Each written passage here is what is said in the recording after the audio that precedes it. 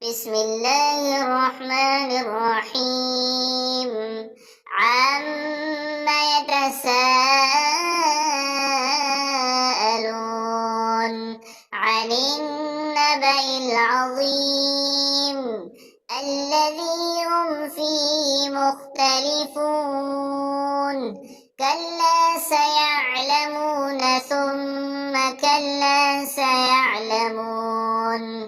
ألم نجعل الأرض مهادا والجبال أوتادا وخلقناكم أزواجا وجعلنا نومكم سباتا وجعلنا الليل لباسا وجعلنا النهار معاشا وبنينا فوقكم سبعا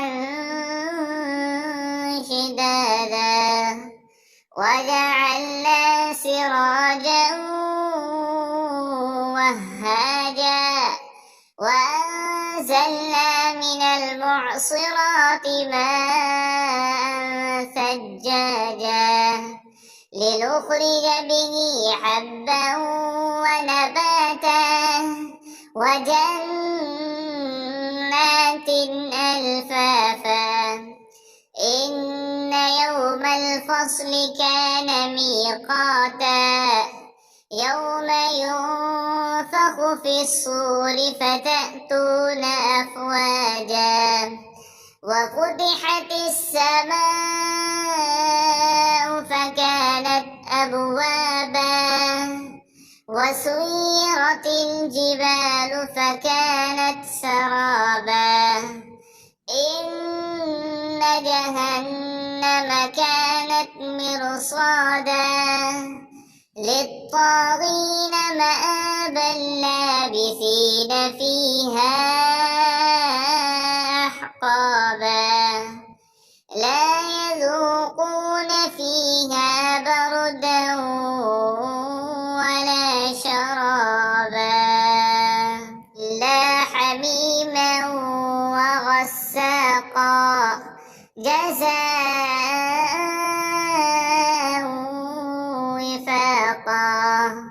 إنهم كانوا لا يرجون حسابا وكذبوا بآياتنا كذابا وكل شيء أحصيناه كتابا فذوقوا فلن نزيدكم إلا عذابا.